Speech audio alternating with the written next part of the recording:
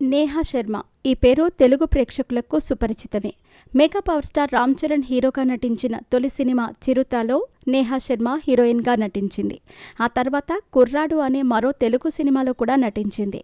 ఆమె ఎక్కువగా హిందీ చిత్రాల్లో నటించింది. వాటిలో కొన్ని క్రూక్, యమలా ప్లగ్లా, దివానా 2, తుమ్ బిన్ 2, తానాజీ. ఆమె ఇల్లీగల్ అనే వెబ్ సిరీస్లో కూడా నటించింది. ఆ తర్వాత కొన్ని తెలుగు సినిమాల్లో నటించినప్పటికీ నేహా శర్మ కెరీర్కి అవి దోహదపడలేదు. దీంతో అవకాశాలు లేక ప్రస్తుతం ఖాళీగానే ఉంటుంది ఈ బ్యూటీ.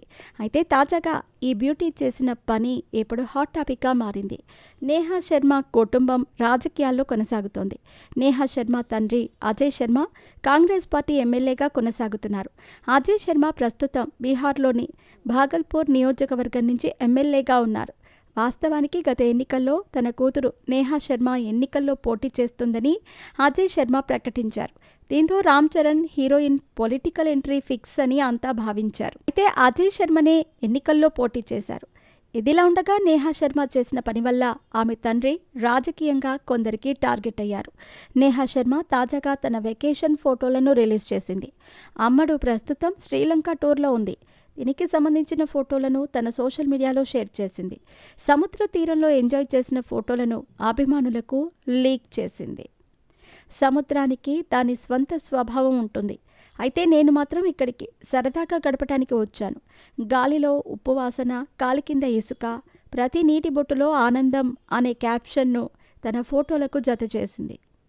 అయితే ఈ ఫోటోల్లో నేహా కాస్త బోల్డ్గా కనిపించి అందరినీ ఆశ్చర్యానికి గురిచేసింది. అమ్మడు కాస్త గ్లామర్ డోస్ పెంచిందనే చెప్పాలి. రెడ్ కలర్ డ్రెస్తో దర్శనమిచ్చి అభిమానులకు షాక్ ఇచ్చింది.